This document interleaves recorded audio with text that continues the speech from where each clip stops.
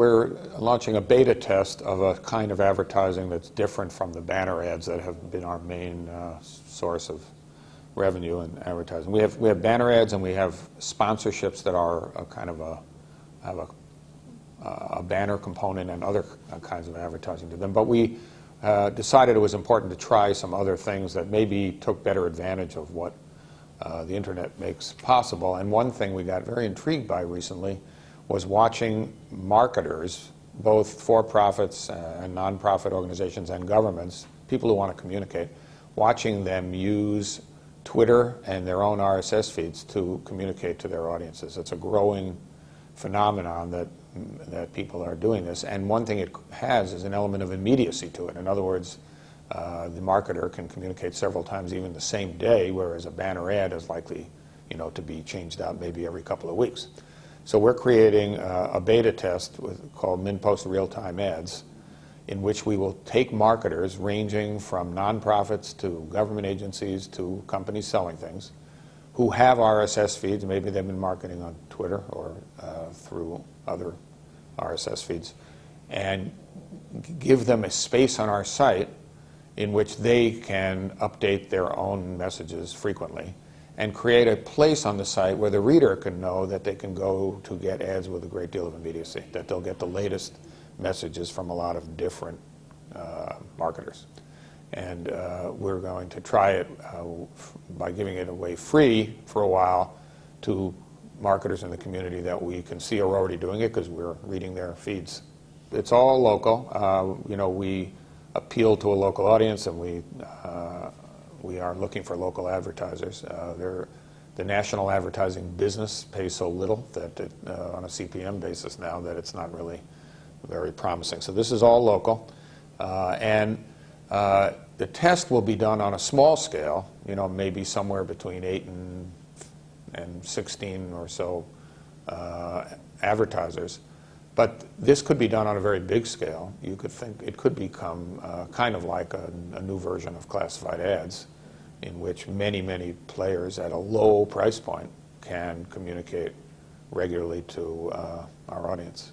We believe this kind of advertising is a form of content, and for example, several of the ads might on a rotating basis appear on the regular pages of the site, and then you can click through to see more of them.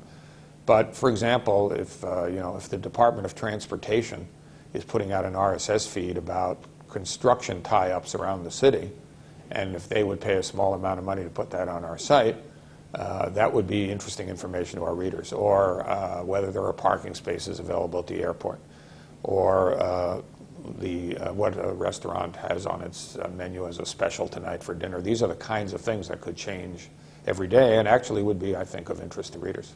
One limiting factor is that not that many yet have good RSS feeds, and we have to train some people to do it. But at the beginning, we're going to try to work with the leaders who are already out there, and they'll show other people how to do it. The advantage is, every marketer has his own list. So they could say, well, we don't need you. We're already doing this on Twitter, or we have our own RSS feed.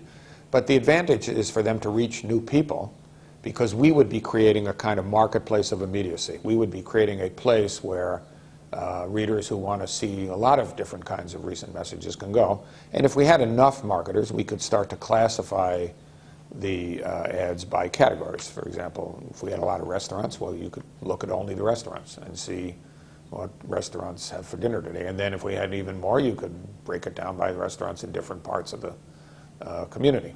So we're building the software that will enable us to do this. What we add to the marketer is a new audience. They already have the audience they have, but without creating any new content, we can give them a chance to send their message to more people.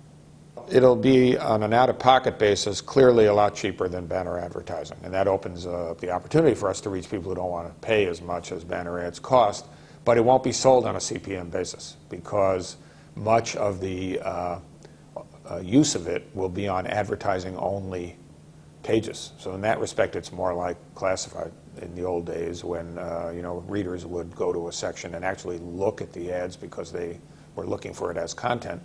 Well, here, the amount of traffic we have on the site will not be the defining factor. The issue will be how many people want to go look for these ads. It's an experiment. We've tried many experiments. Some of them work, some of them don't.